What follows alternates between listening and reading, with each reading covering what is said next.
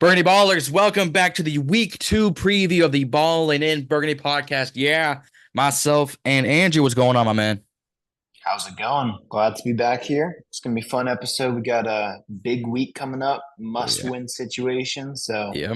covering all that, a lot to talk about. I'll talk about home opener, Week 2 preview, us, New York Giants, Danny Dimes. Mm-hmm.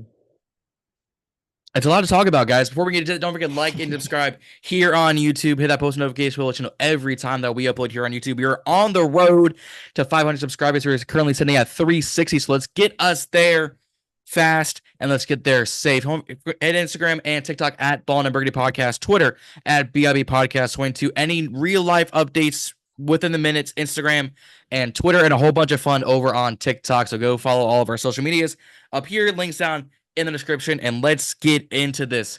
Week 2, 1 o'clock at Northwest Stadium, Commanders Field is what I'm going to call it. It's us. It's the New York Giants. It's the NFC East rivalry Week 2, and I'm excited. Like you said, it's a must win. Must win. Cannot lose. These two games to start the season, losing to the Bucks that badly. If we lose to the Giants, Danny Dimes, especially for a home opener, it's going to be a big problem. It's going to show signs of what the season could look like from here on out. Yes, it's not going to look so good considering the fact we got a lot going into this game. So based on the home opener, Wale is going to perform. Wale is going to be there. Like, who the hell had this on their bingo cards? Wale, season opener for the Commanders, said, you know what? I'm finna pull up and I'm finna just be a dog. I'm like, what the hell, dude? I'm gonna be honest. I didn't know who that was until it was announced, and I had to look him up. I'm like, I'm a little bit confused, a little bit, but I Yeah, kind of like it. I kind of like that. yeah, We're bringing the energy for the home opener. We're making it special. So yeah. I support it. It'll be I'm not fun. mad at it. I'm not mad at it. Verdon Davis, former Washington tight end, and he was really big in San Francisco. We were the team's legend of the game, which I think is a nice touch. You promote you respect the past while you promote the future.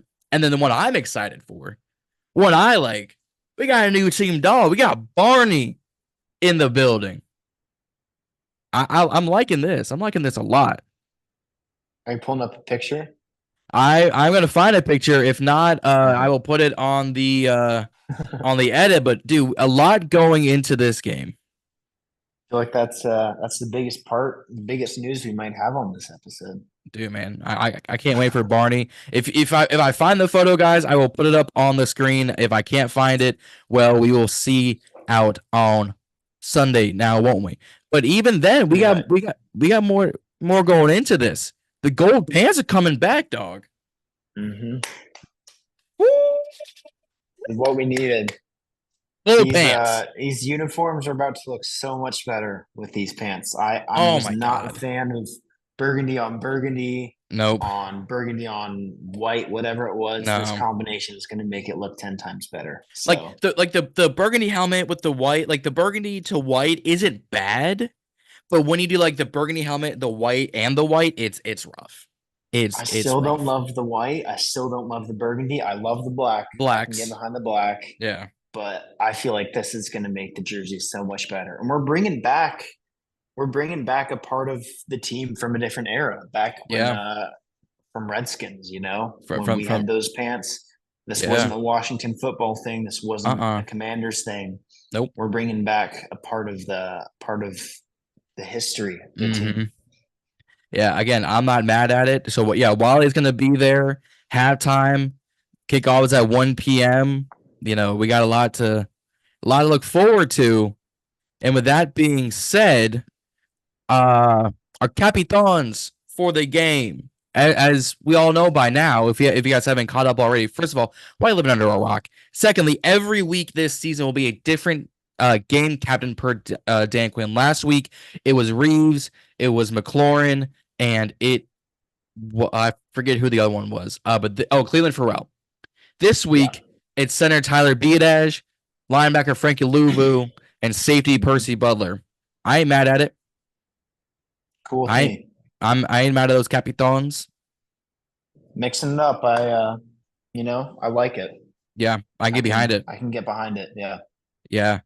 And then we were talking about, this being a must win. Shout out to Jay Daniels MVP on Twitter. Shout out to Brandon. First off, thanks for resharing the Lake Lewis interview. That did helped us well. But he'd put out the Commanders on a 7-game home losing streak, which is the longest in the NFL. We hadn't won a home game since week 1 against Arizona. That's bad for the team, but also when you look at it, like these are all home games that we're losing. It's bad for the fans too. Fans, yeah. The fans, they're going to the games. All they're seeing is us lose, and Mm-hmm. that's not the type of culture that new ownership wants to create. We want to flip that around. We want to win these home games. Mm-hmm. We want to win for the fans. It's going to be really important that we start Yeah. winning at home. Yeah. For record reasons, for other reasons, but importantly Mm-hmm. for the fans. We got to start winning. We gotta start winning. I think it was back when me and Chris were online with the Cowboy Can fan. Shout out to you guys. Y'all can go watch that live stream and the episode up over my shoulder. But we were having a joke, and they were saying, it's nothing like going to a Commanders home game and seeing a bunch of Cowboys fans when it's a Cowboy when you see a sea of white and blue, you think we're in AT&T Stadium. No, you're in FedEx Field, now named Northwest Stadium. But it's true. Every other fan base, but true. I think outside of the Chargers, I think we have the worst fan base when it comes to team travel. Like, I thought we did well against Tampa Bay last week. Rio was there, Tone was there, Josh Taylor, I think Reedy and Z were there. Like the whole crew, Road Warrior, like they were all down there. Like Lewis, shout out to him. I think Armstrong was down there, but it's true when you see nothing but purple for Minnesota, when you see blue for the Giants and Cowboys, when you see green for Philly, you're like, are we at a practice facility for this game? No. You're in DC. It's the problem. It's the problem. And we have to show up and show out. That might be an issue when we talk about this injury report. Emmanuel Forbes, he's officially out for the next few weeks with that thumb surgery. So first off, hope you heal well. Hope you can get back to be better, and because you can't be much worse than that.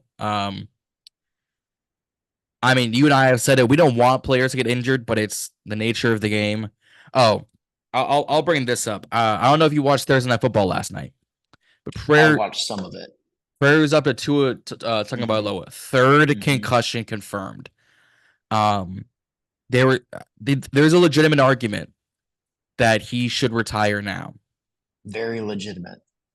Very legitimate possibility, and it would not be a bad decision either. So no, in those situations, health comes first. Health comes first. I think it was Chris Canty, former Baltimore defensive lineman, and he said earlier on First Take, it's a life or death situation when we talk about a player who's had multiple concussions within a 2-season span. He had, I think it was the 2 in 2022 or 2023 where it was like back to back. Yeah. And now this in college. And in college. He had a concussion. So I think this is 4.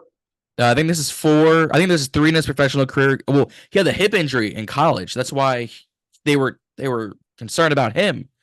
But yeah, this is, I mean, they were saying he should wear the Guardian cap. There are 3 current helmets right now that are safer for players to wear than the Guardian cap. And I think the Vice's Trench 02, which is what he wears.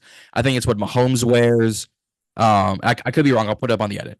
But he was wearing that, and he went headfirst into Damar Hamlin. Ironically, it's against Damar Hamlin.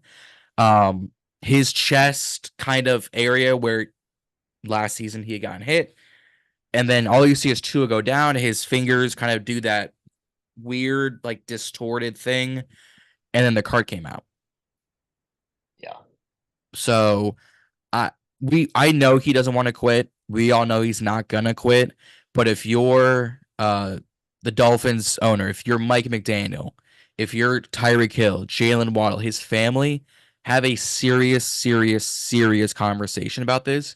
Because we know more about CT than ever before. People keep bringing up, Junior say on all of them, and I wish their family something but the best. Player should have been taken care of. He wasn't. but Tua should seriously take a hard look in the mirror and say, is my life worth the game? Obviously, he's not going to want to retire, but in situations like this, he really should Yeah. genuinely consider it. It's the sad, ugly part of the game that no Damn. one likes to see. Um, yeah, it's ugly. You hate to see it. You hate to say it. And I mean, he's financially set right now. He Mhm. got signed in the offseason. He has a money guarantee when it comes to injury. So if he walked away now, he would have about 40 mil right there with him. And I'm sure the Miami Dolphins would still pay him because I'm sure he would want to stay around the team and come coach or come help. Mhm. It's just the type of player Tua is. But I had to touch on that saying he seriously needs to just to say, hey, what is my, because if he pulled an Andrew Luck and said, I'm done right now, no one would blame him. Yeah. No one could have blamed Andrew because he gone through a whole host of injuries in Indy before he ended up retiring. But he's in great life as a husband and as a father. So much Mhm. love to him. Back to our Commanders. Manuel Forbes is out. Cleveland Farrell has been dealing with a knee issue since the offseason. So he did not practice today, being Friday. If you guys see this on Saturday, that's why. He's questionable. Quan Martin, safety, dealt with a hamstring. He was limited practice on Friday. And there's on Noon with his continued foot issue. He'll be questionable. But Mhm. Brandon Coleman, T.O., Tyler Owens, our guy, B. Rob and Trent Scott, they're all good to go. And in terms of the Giants, this was the big one. So they've got three players out: DB Nick McLeod, linebacker Darius Mazau out of UCLA. Someone I think that it's a rookie. They both have knee issues. Gunnar Olewski, however you say it, wide receiver, he's out with a groin issue. But Malik Nabers, he was limited practice on Thursday. He was at full practice today. So him, Darius Slade, they're both good to go. So we will be playing against, so we will have probably St. Juiced on, or probably Mikey on Malik Neighbors. We'll probably Yeah. have St. Juiced on Darius Slayton. You'll Mhm. probably have Noah Iganagami or Michael Davis on Wandale Robinson. They still have Delvin Singletary. They still have Daniel Jones. It's not their offense I'm too worried about. It's that defense, dog. You guys see the players on the thumbnail when you clicked on this video. But I'm going to pull up the Giants, defensive Oh players. no. And Lord have mercy, Brace yourself.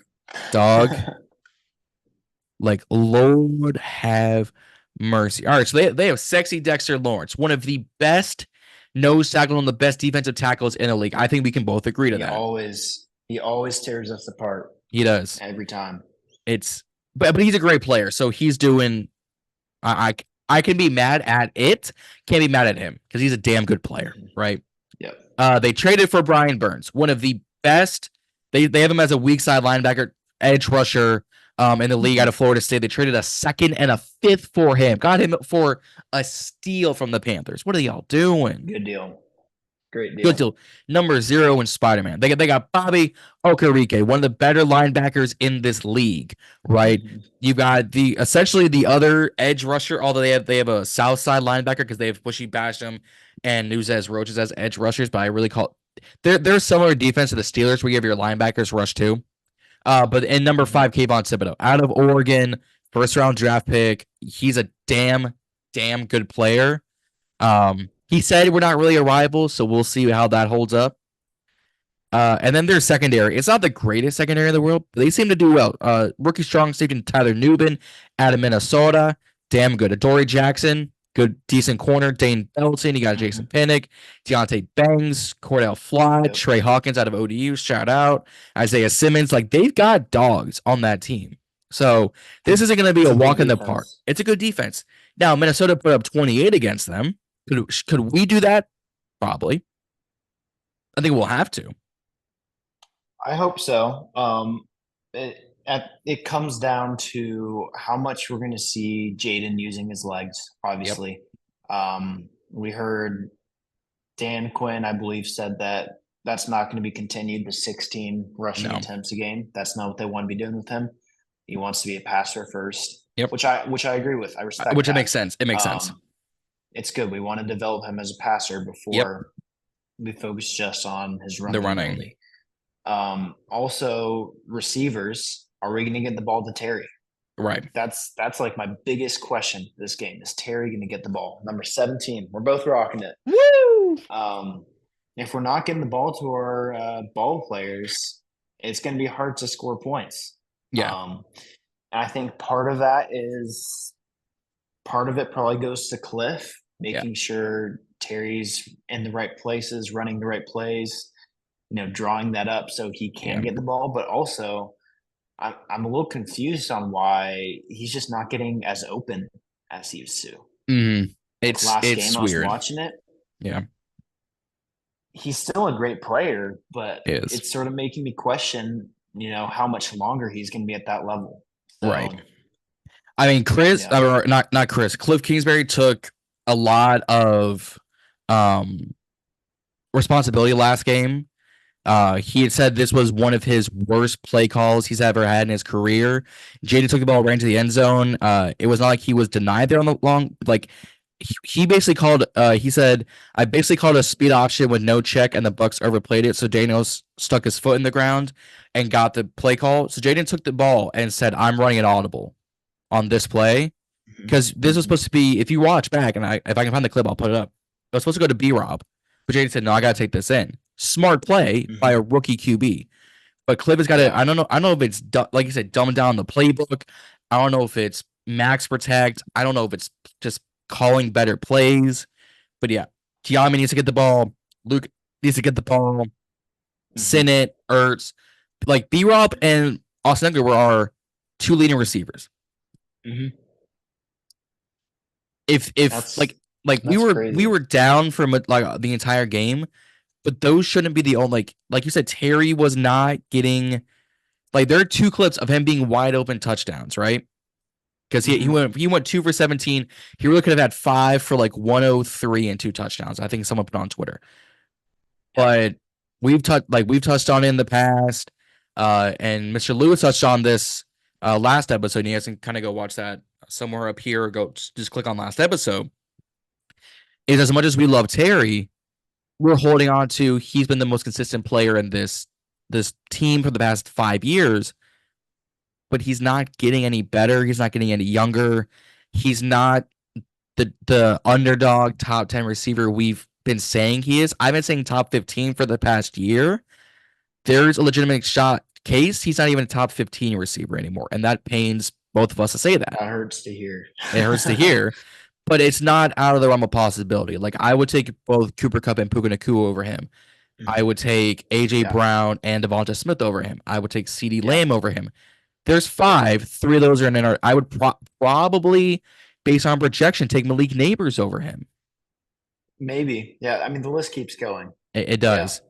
I mean, I think in the NFC alone, you could list 10 to 12 right off the bat.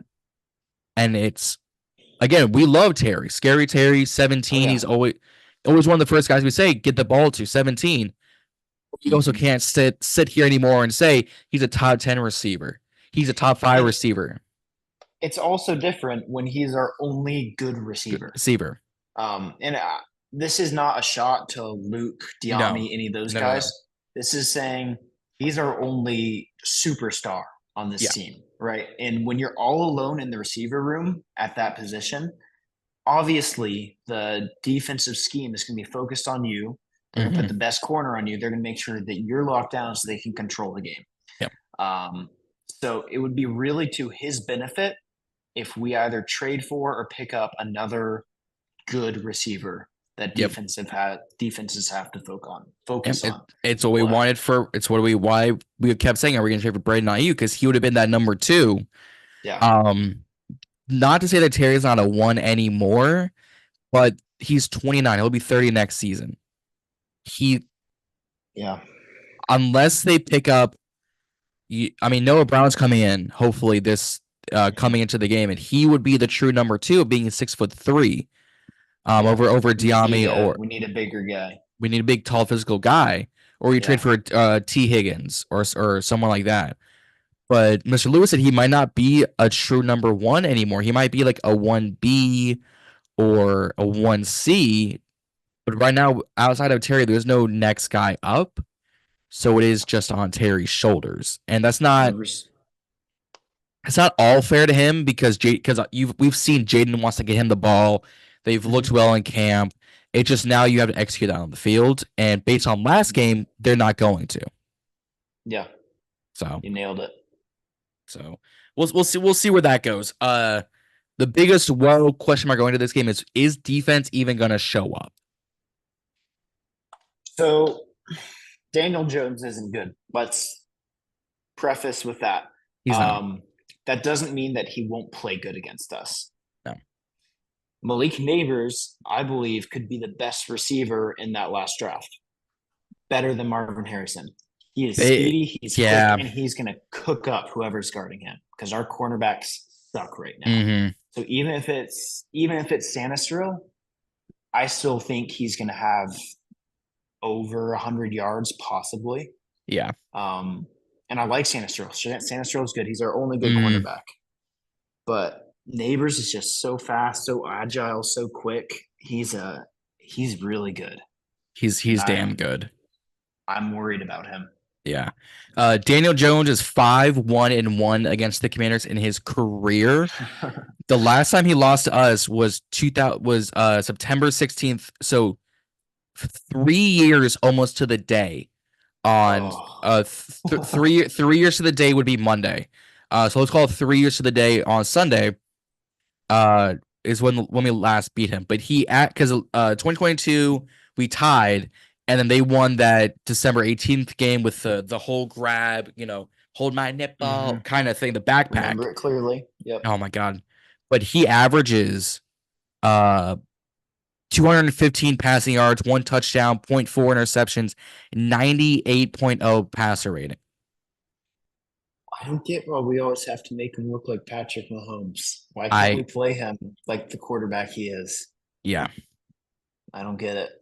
I mean, we have intercepted him in all the games he's played 3 times. That's two crazy. In his debut, 1 against us, 1 back in October of 2020. Yikes. That was it. Yikes. Wow. Yeah. So and I mean that's just passing. But I mean we averaged 2 sacks against him, but we didn't sack him at all the last time we played him. Mm-hmm. So 2 sacks a game is not a lot either way. No, it's not. So yeah, so we need to double down. If we have the second best D-line pressure in the league, but we come away with only 1 sack, when we should have had 5 last game? We missed a lot, yeah. Many. John Allen, Deron Payne could not get him down. Frankie Louv and Wagner missing tackles. We seriously have to sack Daniel. If Sam Darnold can put up 28 on your head, I think the first quarter he was 10 for 10 for $130 and a touchdown. If you can let that man who saw ghosts beat you, we must beat him. And yes, it is a must win. We're gonna keep saying must win, but we have to progress Jaden Daniels. I get that. He can't progress without a win. We can't have good team morale without a win. The team can't have good morale unless it's a win, and especially if you're at home pulling out all the stops, guess what? You need a win. So yes, it is a must-win game. I can't even imagine what the season's going to look like if we go 0-2 to the Bucks and the Giants to start the season. All right, as much as the Bucks game sucked, and it truly sucked, I can deal with it because they're a good squad. They're a good squad, and our offense was solid. Jaden looked good. Yeah. B-Rob and Eckler looks good. Receivers weren't great, but defense was obviously the ugly part of that. Yeah. Because, Chris Godwin, Mike Evans, 2 true number 1 wide receivers, and Mike Evans might go to the Hall of Fame. Mr. Consistent 1,000 yards. I think he's tied 3rd. I think he's tied with T.O. for the most consecutive 1,000-yard seasons behind, obviously, Jerry Rice, who's the greatest wide receiver of all time. But Mike is just that damn good. Malik Nabers, I think, could have a chance to be that damn good. We just have to wait and see. Yeah. So let's get into these score predictions, my guy. What are you saying score-wise?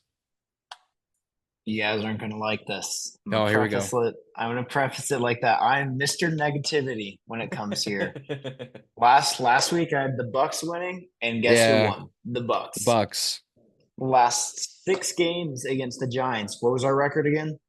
The last 6 games, I think we're like 5-1 or 1-5 was it? I know. I think we're 0-5-1. Wow. Yeah. Oh, because we had the tie. We had the Yeah, tie. I remember that. We don't beat the Giants, guys. We always lose to them with how our defense looked last game and how we always make Daniel Jones look like Patrick Mahomes.